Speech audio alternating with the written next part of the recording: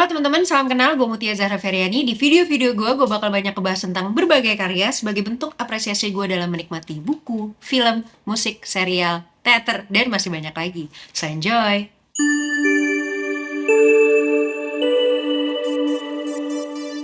Oke, hari ini gue mau ngomongin film yang udah lama banget gue tunggu dan akhirnya udah rilis di bioskop, yaitu judulnya adalah Broker.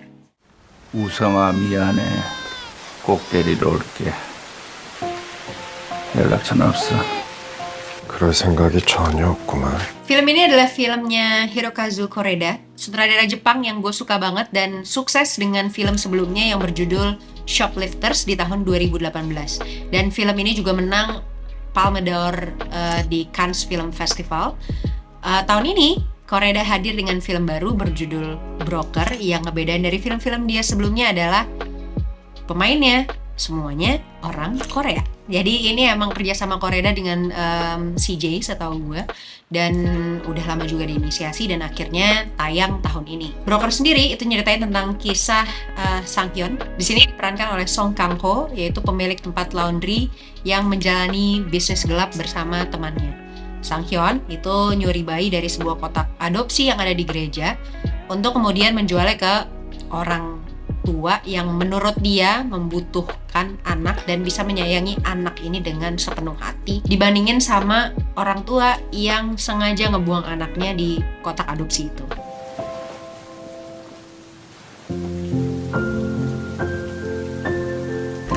Tapi pada suatu hari seorang ibu muda bernama Moon So Young Lee Ji-eun, atau kita sama-sama kenal dengan Ayu, dia tahu kalau boy dia itu ditelantarin dan justru diculik sama Sang Hyun gitu. Jadi dia balik lagi ke gerejanya, terus dia find out kalau di gereja itu bayinya nggak ada.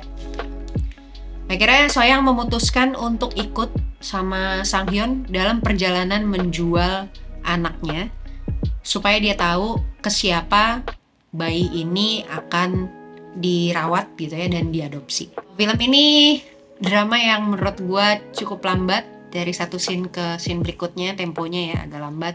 Film melodrama yang ngomongin tentang keluarga tapi bukan keluarga, nanti gue bahas juga di sini. Tapi yang pengen gue sampaikan di video ini adalah hal-hal yang gue suka dari film Broker karya Koreda. Yang pertama adalah tentang isu dari film ini adalah isu yang berat tapi diceritakan dengan membumi dan relevan.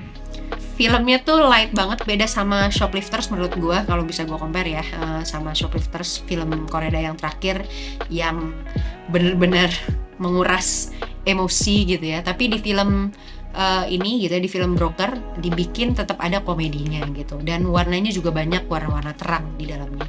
Kita jadi ngerasa dekat juga sama karakter-karakternya karena ya karakter-karakternya somehow juga ngelucu gitu, terus ya agak on juga gitu ya, terus sedih juga, bisa marah juga gitu. Jadi kita bisa merasa relevan sama karakter-karakternya, walaupun mungkin kalau secara cerita kita juga belum tentu mengalami apa yang dialamin sama orang-orang ini ya, kayak ngejual bayi terus ngelantarin anak gitu ya. Mungkin nggak semua orang bisa dekat sama hal-hal yang seperti itu gitu, tapi dengan karakter-karakternya dibuat sangat human gitu ya, dan lucu, tetap light gitu. Makanya gue sebagai penonton sendiri ngerasa deket sama karakter-karakternya. 전문적인 브로커라고 보기에는 좀 뭔가 행동도 어설프고. 팔아서 돈 받으면 전문 브로커지. 데리고 가야 돼? Walaupun isu utamanya adalah tentang human trafficking ya dong, ngejualin anak gitu ya, ngejualin bayi ke orang tua yang mungkin nggak bisa punya anak atau pengen punya anak tapi sulit, dan proses adopsi itu lama, memakan waktu dan administrasi yang panjang dan sulit. Ya, mereka mau ngejualin bayi ini dengan harga yang menurut mereka cukup affordable buat ngebantuin hidup mereka. Tapi ya isu human trafficking ini tetap dibalut dengan suasana yang nggak bisa dibilang light banget sih, cuman lebih ke kita bisa ngerti kenapa si orang-orang yang kita anggap jahat ini melakukan satu adegan ke adegan yang lain. Hal berikutnya yang gue juga suka dari buku ini adalah tentang makna keluarga. Menurut gue Koreda emang jago banget kalau ngomongin tentang keluarga situasional.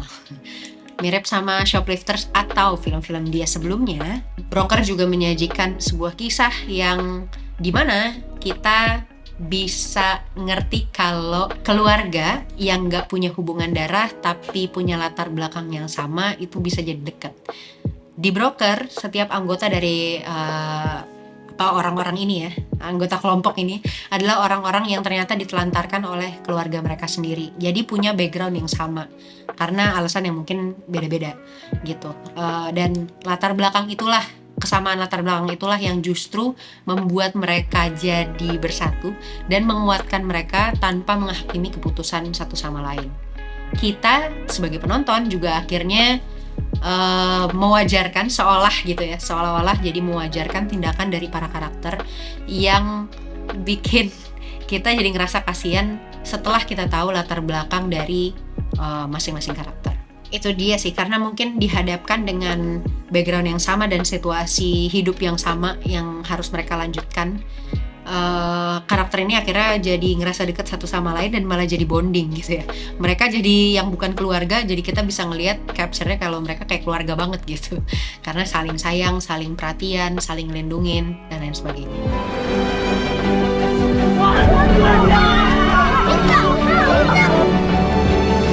Tiga yang gue juga suka dari film ini adalah aktornya. Broker itu melibatkan bintang-bintang ternama Korea sebagai pemainnya. Ada Song Kang Ho, ada Lee Ji Eun, ada Baedona, ada Gang Dong Won, dan juga Lee Jae Young sebagai tokoh utamanya. Di sini gue salut banget sama Song Kang Ho sih. Dia tuh kayak di Parasite kan.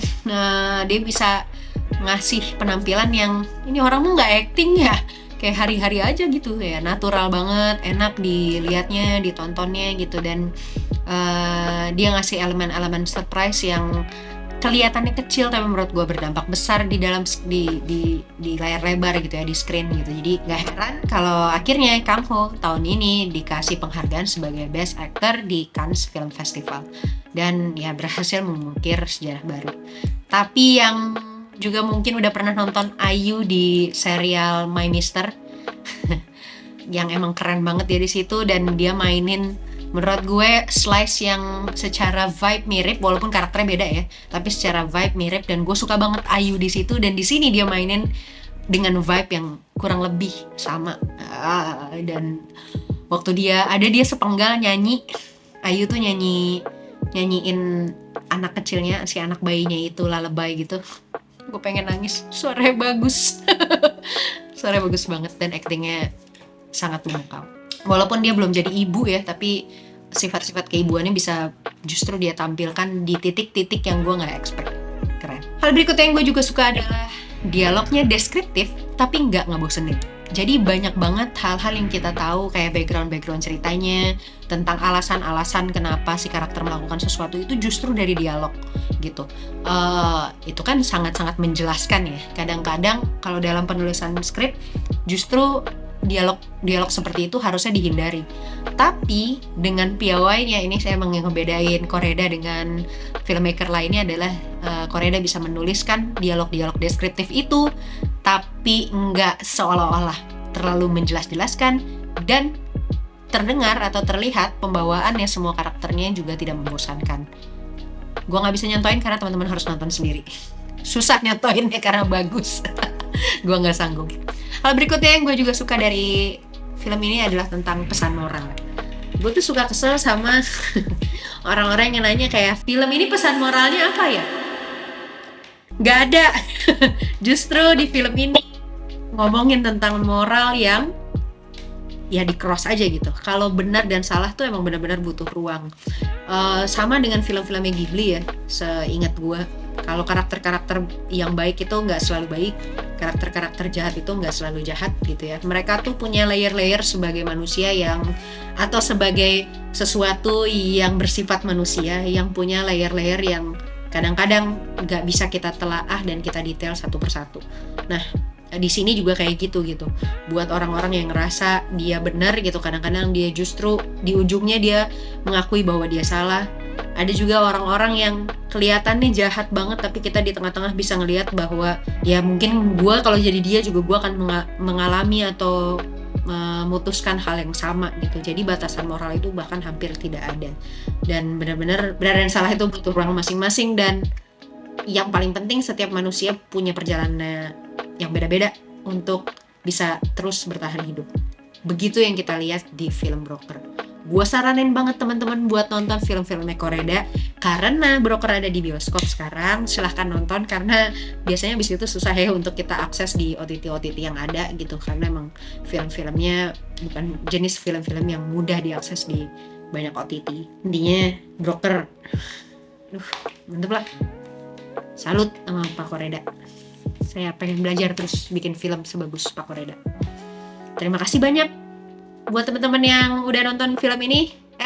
Salah, gue kayak Koreda nih. Terima kasih banyak buat teman-teman yang udah nonton video ini. Selamat nonton Broker buat teman-teman yang pengen nonton Broker, dan selamat yang udah nonton Broker. Semoga hidup kita jadi lebih baik setelah nonton Broker. Sampai ketemu di video-video berikutnya. Dah.